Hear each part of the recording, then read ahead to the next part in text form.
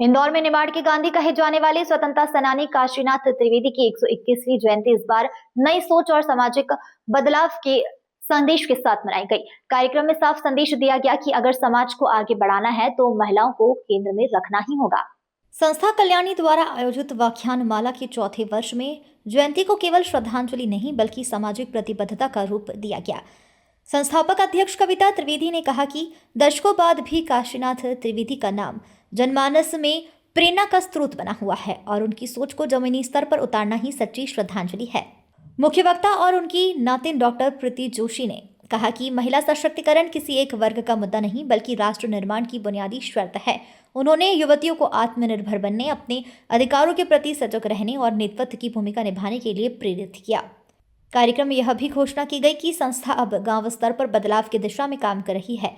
खुर्दी गांव को मॉडल गांव के रूप में विकसित करने का लक्ष्य तय किया गया है, जहां महिलाओं की शिक्षा, स्वावलंबन एवं सामाजिक भागीदारी को प्राथमिकता दी जाएगी।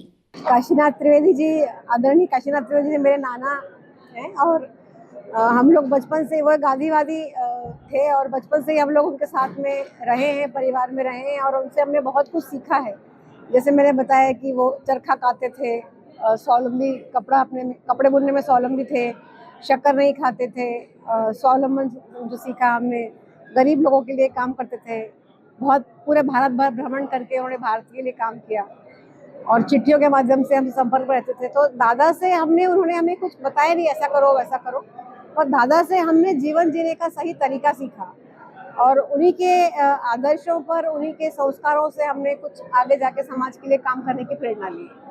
आज बड़ा आयोजन था, काफी लोग इसमें आए थे, कैसे क्या लोगों से मिले, आप सबसे बातचीत की? एक्चुअली ये पूरा जो आयोजन है वो मेरे मामा परिवार ने किया और कीर्ति मामा जी का इसमें प्रमुख भूमिका रही और उन्होंने इस कार्यक्रम के लिए इनिशिएटिव लिया। बाकी मेरे अनिल मामा जी हैं, वकील मामा जो हैं अनिल त्रिवेदी, अरविंद त्रिवेदी, करुणाकर त्रिवेदी, इन सभी लोगों के, क्योंकि ये एक पारिवारिक कार्यक्रम था तो सभी भाइयों ने मिलकर अपने पिताजी की स्मृति में ये व्याख्यानमाला रखी। हर साल होती है तो इस साल उन्होंने इस व्याख्यानमाला में मुझे बुलाया और मुझे बोलने का मौका दिया, तो इसलिए मुझे बहुत अच्छा लगा।